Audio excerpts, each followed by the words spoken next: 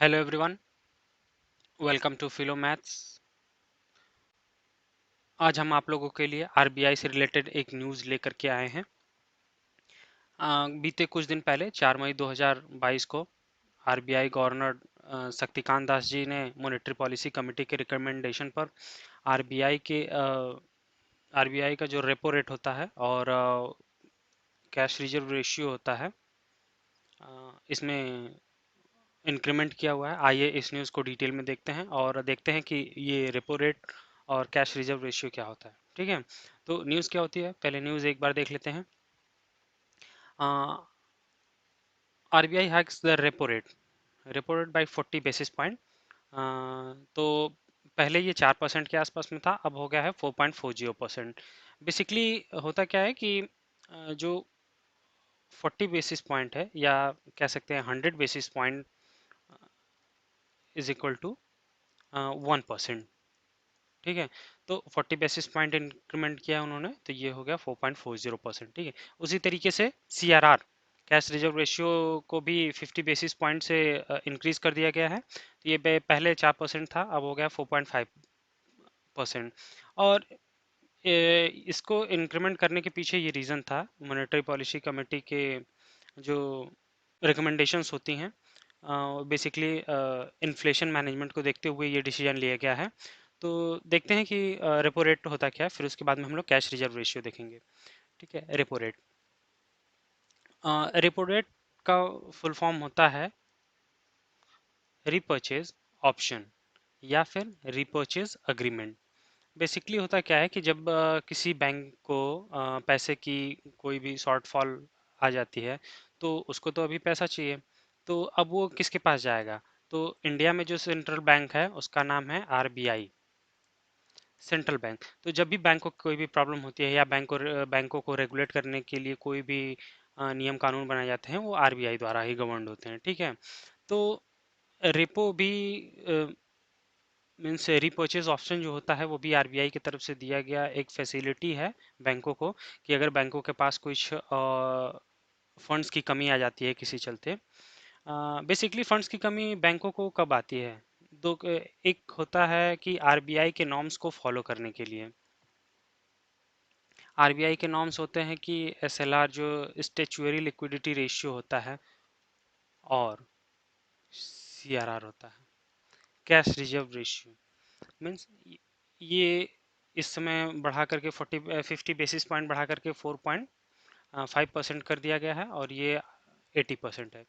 तो जो एनडीटीएल होता है, अभी एनडीटीएल का फुल फॉर्म होता है नेट डिमांड टाइम लाइबिलिटीज।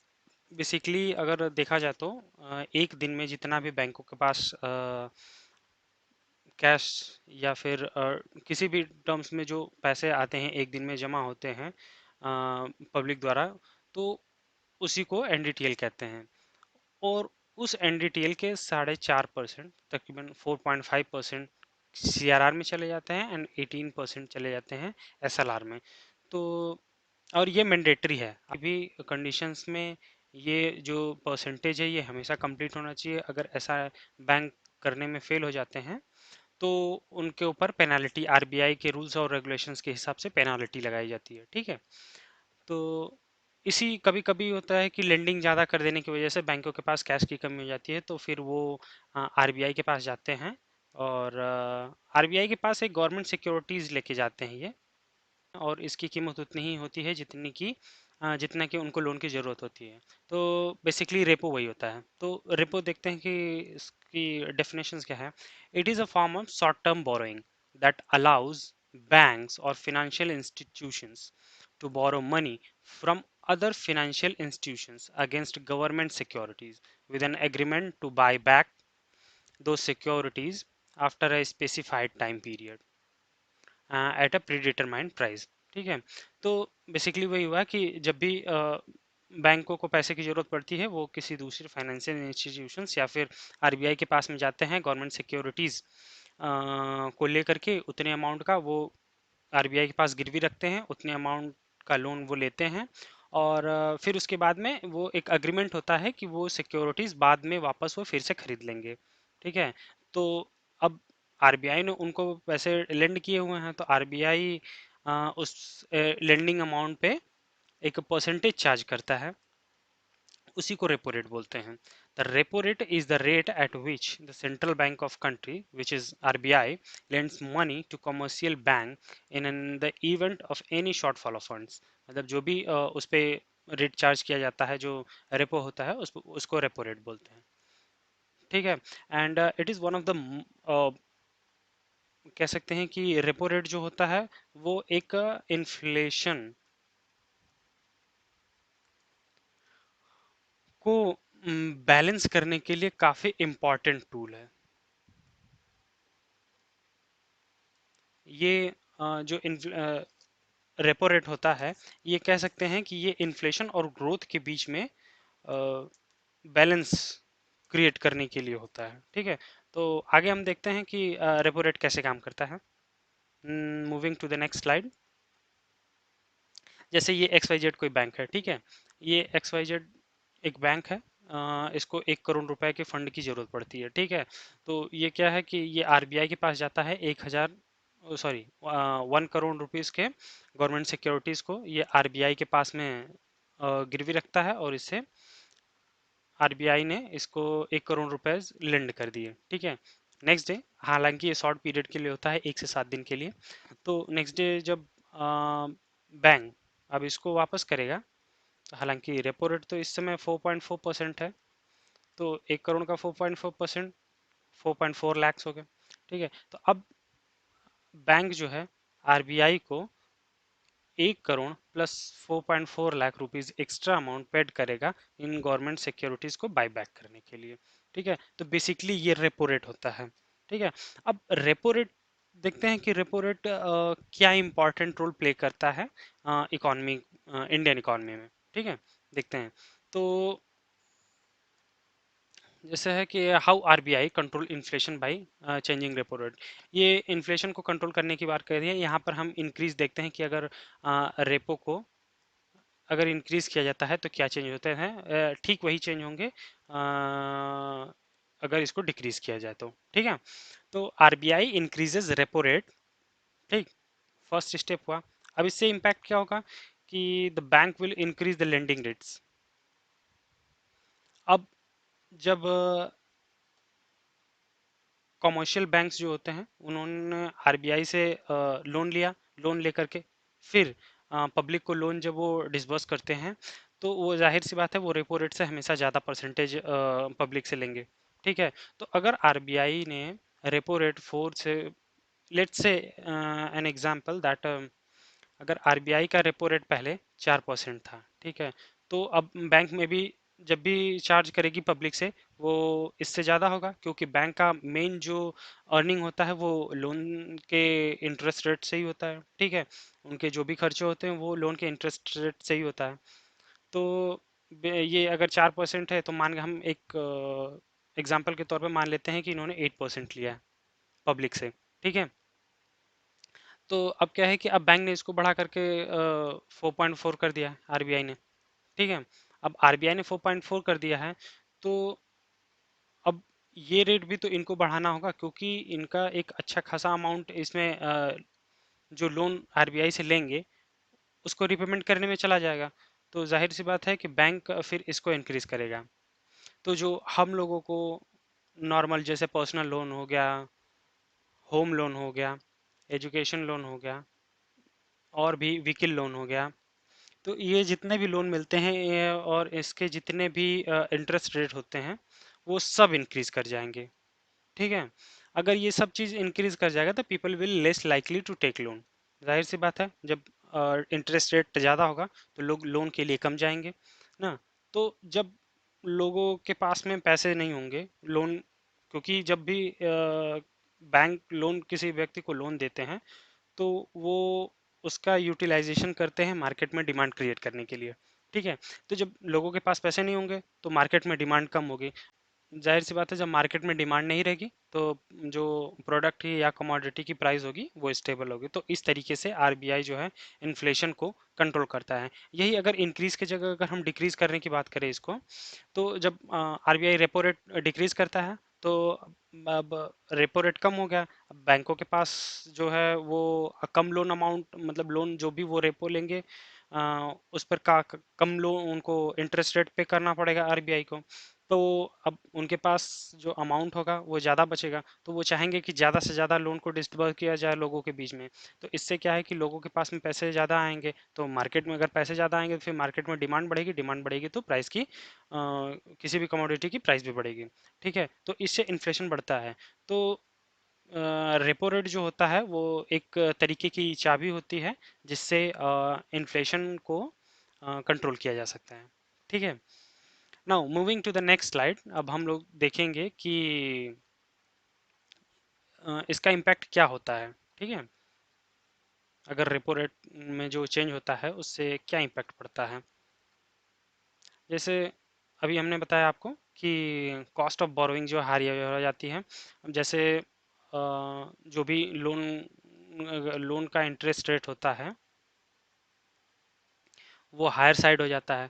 तो अगर आप कोई भी लोन लेते हैं तो उस पे आपको ज़्यादा इंटरेस्ट पे करना पड़ता है। ठीक है, तो लोग लोन इस दौरान कम लेना चाहते हैं। ठीक है, price of commodity is stable. Price वही अभी मैंने बताया आपको कि जब लोगों के हाथ में पैसे कम होंगे तो उनकी डिमांड कम होगी, और डिमांड कम हो जाने की वजह से किसी भी कमोडिटीज़ की प्राइस स्टेबल हो जाएगी।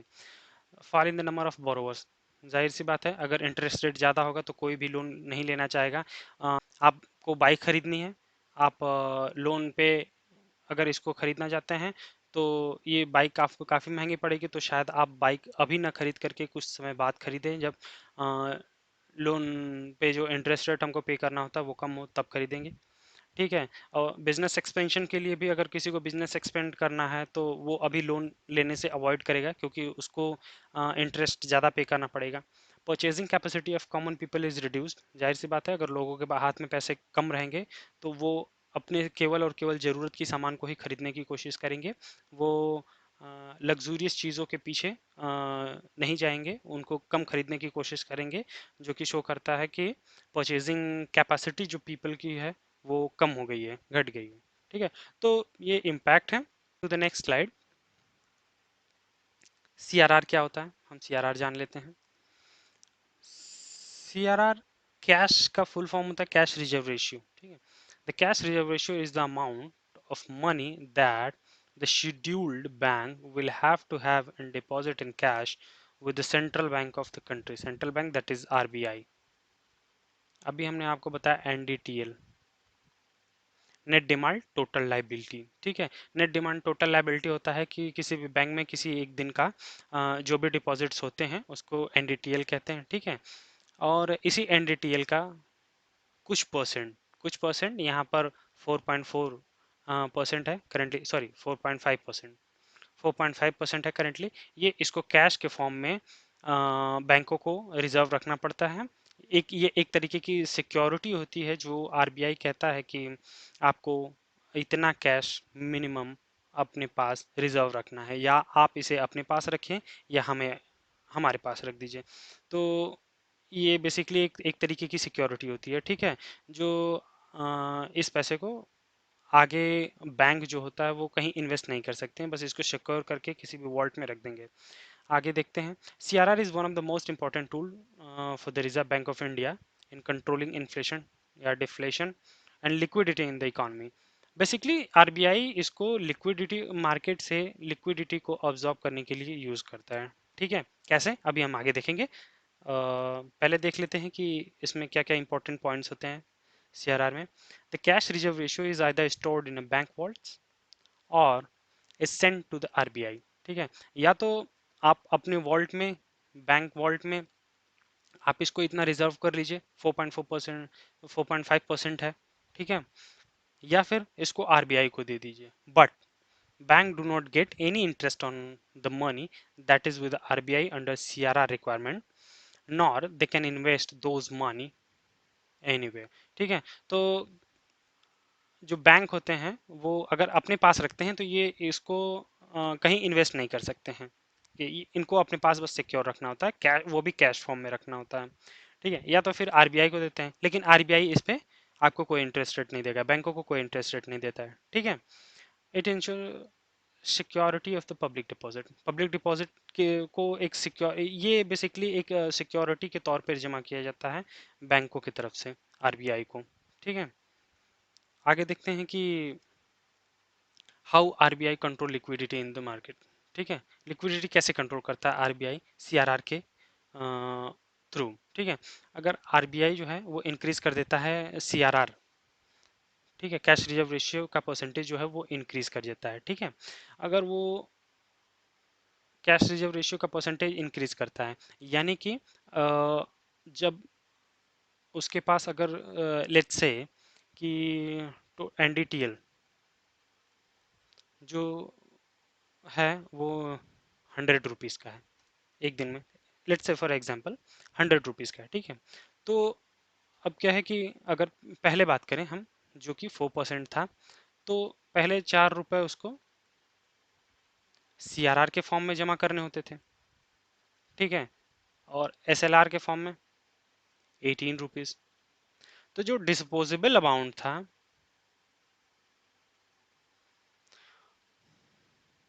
वो 78 रुपीज़ था, ठीक है, वो 78 रुपीज़ है।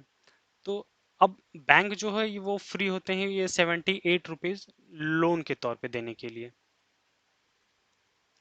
ठीक है, लोन के तौर पे देने के लिए वो फ्री होते हैं। लेकिन जब आरबीआई सीआरआर रेशियो को इंक्रीज कर देता है, ठीक है, तो अब जो हो गया, ये 4 था, ये हो जाएगा सीआरआर 4.5%, 5 रुपीज़, ठीक है, एंड एसएलआर 18 रुपीज़,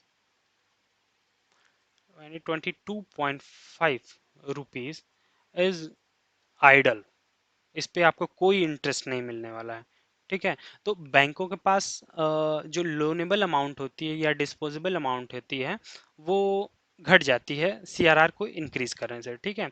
जब उनके पास डिस्पोजेबल अमाउंट घट जाती है, the bank will have less disposable amount, liquidity will be observe from the market.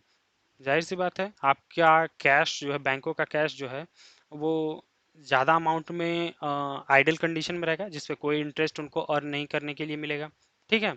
तो अब बैंक क्या करेंगे, क्योंकि बैंक एनडीटीएल का कुछ परसेंट ही सीआरआर में आ रहा है, तो बैंक क्या है कि पीपल को इनकरेज करेंगे, लोगों को इनकरेज करेंगे कि आप लोग हमारे बैंकों में ज़्यादा से ज़्यादा डिपॉजिट करें। ये हो सकता है कि इंटरेस्ट रेट एफडीज पर या फिर करंट अकाउंट या सेविंग अकाउंट पर जो इंटरेस्ट रेट होता है वो थोड़ा बढ़ा दे, ताकि लोग ज़्यादा से ज़्यादा बैंकों में पैसा डिपॉजिट करें, ठीक है।